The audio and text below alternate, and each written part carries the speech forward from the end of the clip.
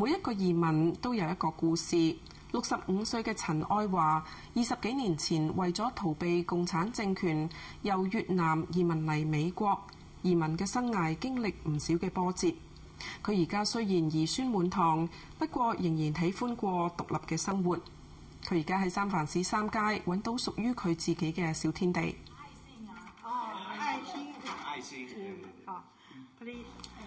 陳愛華啱啱搬入三藩市3街夾 Armstrong 街新落成嘅老人公寓，一房一廳，月租215蚊。都未執好。更幸運嘅係，佢喺屋企嘅窗口就見到對面佢個女嘅屋企。哦，係喎，真係睇到喎，嗰個咪就係門口咯。陳愛華嘅女申請購買3街嘅可負擔房屋嘅時候，經紀話俾陳愛華知，隔離係老人公寓，鼓勵佢申請，結果被抽中。咁哇，真係咁，我好開心咯！我開心到差唔多就嚟喊出嚟咁滯。陳愛華係中法混血兒，爸爸係法國人。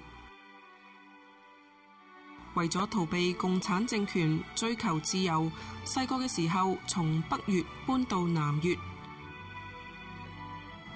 1983年，陳愛華同丈夫決定帶埋仔女移民嚟美國。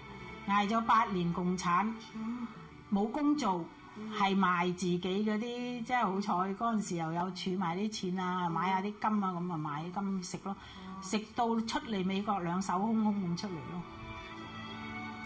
嚟到自由嘅金山，陳愛華一家最初喺越南裔聚居嘅田德龍區落腳。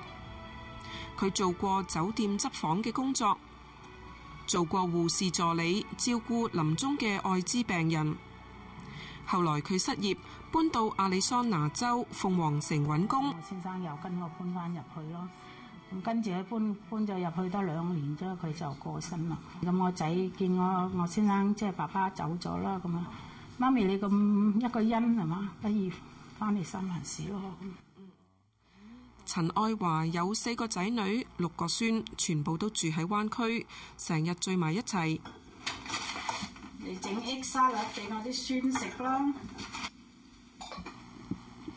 除咗廚藝好，陳愛華平時去到老人中心做義工，幫人之餘，仲學到做針紙同埋裝飾品嘅手藝。佢話當初移民嚟美國嘅時候，依賴過政府嘅福利，而家要盡力回歸社會。多才多藝嘅佢更加有語言天分。I was thinking to give it to my granddaughter, you know, but you know, I said, well, I just make it one for life, I think. So I'm gonna keep it. 即係兒孫自有兒孫福，係咪？即係你如果你到年紀大啦，你自己出嚟住，佢又少啲負擔添，係咪？有陣時你無形個壓力你俾佢哋，佢哋唔知㗎。你自己搬出嚟住，佢仲關心你多啲添啊！呢一棟全新嘅老人公寓有好多非洲裔同埋亞裔居民。陳愛華願意做溝通嘅橋梁。佢對佢嘅華裔鄰居咁樣講：即係我唔敢話我幫你做翻譯，但係即係我幫得到我就幫咯，係咁樣。3街呢棟新起嘅老人屋，代表灣景區新嘅社區，多元化，充滿挑戰同埋新鮮感。而喺山上嘅老人中心就反映非洲裔喺呢度原有嘅社區，就好似一個大家庭喺度分享同埋緬懷彼此嘅回憶。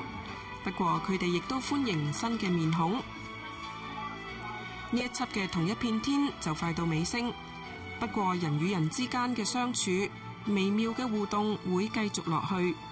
聽日當大家遇到膚色唔同嘅人士，不妨諗一諗，或者我哋嘅過去、現在同埋將來有好多相似嘅地方，或者我哋可以彼此打個招呼，嘗試做個朋友。26台記者黃恩光報道。